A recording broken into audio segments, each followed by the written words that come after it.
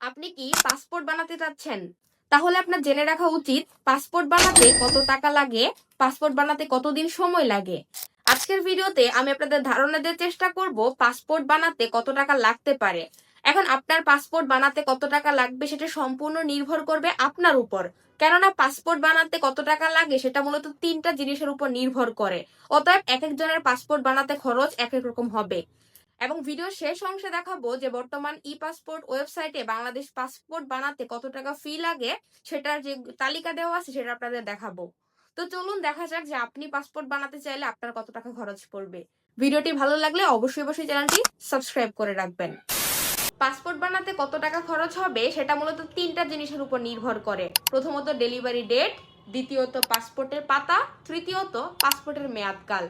এখন তিনটা জিনিস আপনাদেরকে আমি বুঝিয়ে দিচ্ছি। তিনটা জিনিস আলাদা আলাদা হওয়ার কারণে এক একজনের পাসপোর্ট বানাতে খরচ এক এক রকম হয়ে থাকে। যেমন পাসপোর্ট ডেলিভারি মূলত তিন ভাবে হয়ে থাকে: ordinary delivery, express delivery, super express delivery. Ordinary ডেলিভারিতে আপনার পাসপোর্ট বানাতে 15 থেকে 21 দিন সময় লাগে। এরপর হচ্ছে এক্সপ্রেস ডেলিভারি। এই ডেলিভারিতে আপনি পাসপোর্ট বানাতে আপনার মোটামুটি 7 থেকে 10 দিন সময় লাগবে। অ্যান্ড তৃতীয়ত সুপার এক্সপ্রেস ডেলিভারিতে আপনি 3 থেকে 5 দিনের মধ্যেই পাসপোর্ট পেয়ে যাবেন। অতএব বোঝাই যাচ্ছে যে যদি আপনি সুপার এক্সপ্রেস ডেলিভারিতে পাসপোর্ট বানাতে চান, মানে তাড়াহুড়া করে পাসপোর্ট বানাতে চান, সেক্ষেত্রে আপনার পাসপোর্টের ফিটা একটু বেশি লাগবে।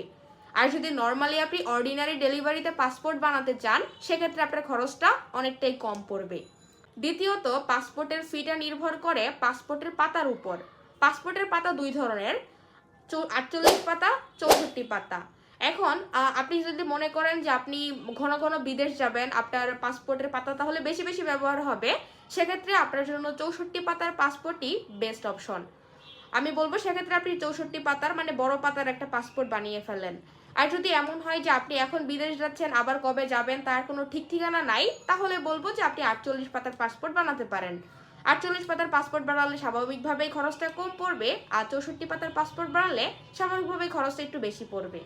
তৃতীয়ত পাসপোর্ট ফিটা নির্ভর করে পাসপোর্টের মেয়াদকালের উপর।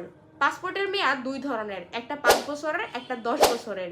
যদি আপনার এমন হয় যে টাকা পয়সা আছে মোটামুটি, আপনি ঘন ঘন বিদেশ যাবেন, সেক্ষেত্রে আমি বলবো আপনি 10 বছরের জন্য পাসপোর্ট রেডি করে রাখতে পারেন। আর যদি এমন হয় যে আপনি এখন বিদেশ যাচ্ছেন, পরবর্তীতে নাও যেতে পারেন, সেক্ষেত্রে আপনি 5 বছরের জন্য পাসপোর্ট বানাতে পারেন। তবে আমার মনে হয় টাকা পয়সা মোটামুটি থাকলে আপনি 10 বছরের জন্য একটা পাসপোর্ট বানিয়ে রাখতে পারেন। তো এই বিষয়গুলোর জন্যই কিন্তু এক একজনের পাসপোর্ট বানাতে ফি এক এক রকম হয়ে থাকে। আশা করি বিষয়টা ক্লিয়ার করতে পারছি। এখন চলুন দেখায় বাংলাদেশ ই পাসপোর্ট ওয়েবসাইটে কোন সময়ের জন্য কত টাকা পাসপোর্টের ফি নির্ধারণ করে দেওয়া আছে। তো দেখতেই পাচ্ছেন আমি এখানে লিস্টটা শেয়ার করে দিচ্ছি। এটা হচ্ছে ই পাসপোর্ট ফি 15% ভ্যাট সহ। যদি আপনি 48 পাতার 5 বছর মেয়াদি ই পাসপোর্ট বানাতে চান, সেক্ষেত্রে আপনার অর্ডিনারি ডেলিভারিতে 4025 টাকা পড়বে, দ্রুত ডেলিভারিতে আপনার 6325 টাকা খরচ হবে, এবং সুপার এক্সপ্রেস ডেলিভারিতে আপনার 8625 টাকা খরচ হবে। এরপর রয়েছে 48 পাতার 10 বছর মেয়াদি ই পাসপোর্টের জন্য আপনার অর্ডিনারি ডেলিভারিতে 5750 টাকা খরচ হবে, এক্সপ্রেস ডেলিভারিতে আপনার 8050 টাকা খরচ হবে, সুপার এক্সপ্রেস ডেলিভারিতে আপনার 10350 টাকা খরচ হবে।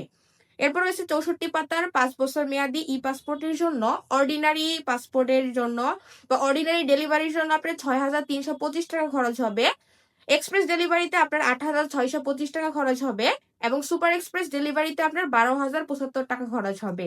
এবং সর্বশেষ রয়েছে আপনার 64 পাতার 10 বছর মেয়াদি ই পাসপোর্টের জন্য, নর্মাল বা অর্ডিনারি ডেলিভারিতে আপনার 8050 টাকা খরচ হবে, এক্সপ্রেস ডেলিভারিতে আপনার 10350 টাকা খরচ হবে, এবং সুপার এক্সপ্রেস ডেলিভারিতে আপনার 13800 টাকা খরচ হবে।